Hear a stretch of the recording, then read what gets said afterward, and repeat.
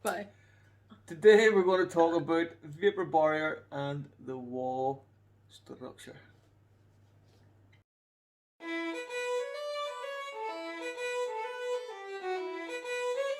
1930. 1970, sorry. So we're measuring the height of the bed there, and then seeing if when we sit on bed, we still have our heads.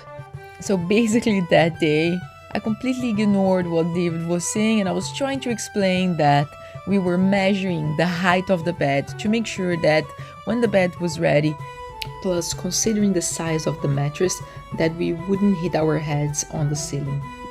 I was still sanding and painting all the pallets to get them ready for the kitchen, for the furniture, while David finished the wool, and then we are going to start the vapor barrier. As I mentioned on the previous video, we went for this green plastic for the vapor barrier. You can find some foil material, but this is cheaper and I highly recommend this material because this is used in construction.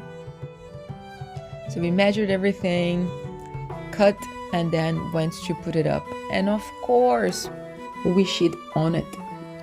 We made loads of mistakes along the way, and this was just another one. We put the whole plastic there, and then we realized that we forgot to actually put the wood for the bed. We started the day measuring the bed, and then we forgot that, but that's part of the game. So once we finished putting the vapor barrier in both sides, we realized that, then we had to cut and then put the wood there, fix that in the metal, and then put another layer of plastic, just glued everything to make sure that there was no air coming in, to keep the moisture away from the wool insulation and the interior metal of the van to prevent rust. Mistakes will happen, you're going to change your plan. Sometimes you have a material, like we bought some woods that day to put as a wall and then fix our cabinets on it, and then once we realized the wood wouldn't bend as much as we wanted, we just decided to use some plywood we had from the van, from the shelves that were in the van, and it worked pretty well. So really just go with the flow. When something goes wrong, have a seat, grab a coffee, grab a tea or a beer, think again, replan, and don't stress too much.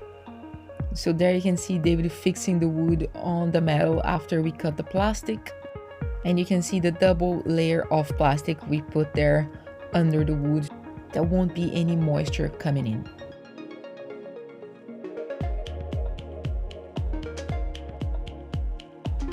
And here we go to do the same on the other side, of course.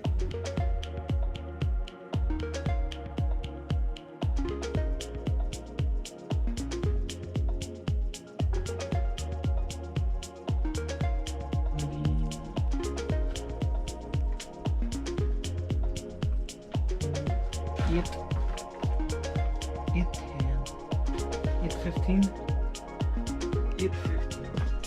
So that's going to be the height of the bed where we're going to build all the frame and put the mattress. And then we realized we made another mistake on the same day because we didn't leave space enough at the bottom. So when we went to put the floor, the plywood on the floor, we realized we didn't have plastic enough and the wood would actually wreck the plastic. So we cut the plastic open up and put a double layer of plastic and glue everything as well. We also used the tape I mentioned on the previous video, and you're gonna find all the links in the description for all the materials. I'm zooming in so you guys can see the way the plastic is really stretched. And now after fixing, we are able to put the wood, the plywood on the floor, and we had no problems. So after fixing that, I was back to my task, sanding and painting the pallets, which I love doing.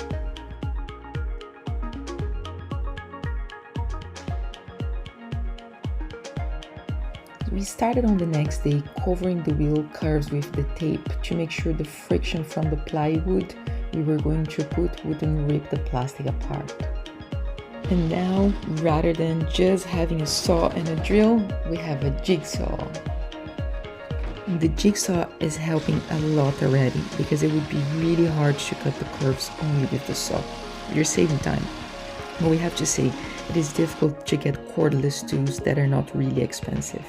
And we need to buy cordless because our lovely landlady doesn't allow us to use the power from our house. Remember that problem as well?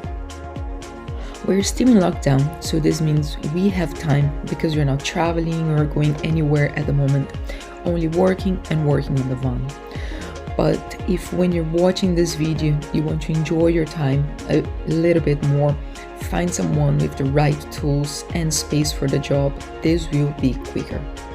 Building the wall wasn't difficult, but it's time consuming to fit this right.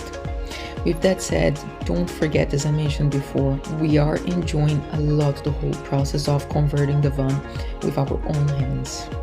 We are using the plywood that was on the wall when we bought the van, and the only reason why we are putting it back is to support everything we will build from now on. We will need to drill some parts where now we have only the insulation, so there's no need to go fancy or spend much money. This is just part of the structure. When you're building something, make sure you measure the size of your screws. It sounds stupid, but when you start building something, you have many things to buy and many decisions to make that you might forget that you need to measure all the materials together to make sure your screw is going through everything. Doing this, everything is going to be secure enough. We're happy to be reusing the plywood and doing our part trying to be sustainable. Plus, every time we use something that was originally in the van, this means less wood to take down and up every day we're working on it. So guys, these are the tips for today. If you have any questions, let us know in the comments. Don't forget to subscribe to the Movano Conversion playlist if you enjoy following our journey. We see you in our next video.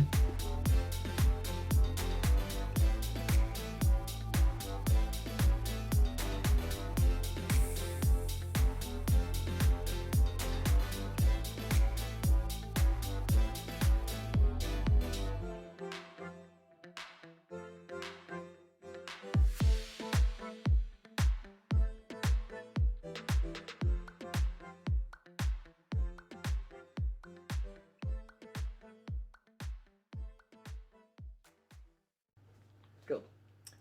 Today we're going to talk about... What are we talking about?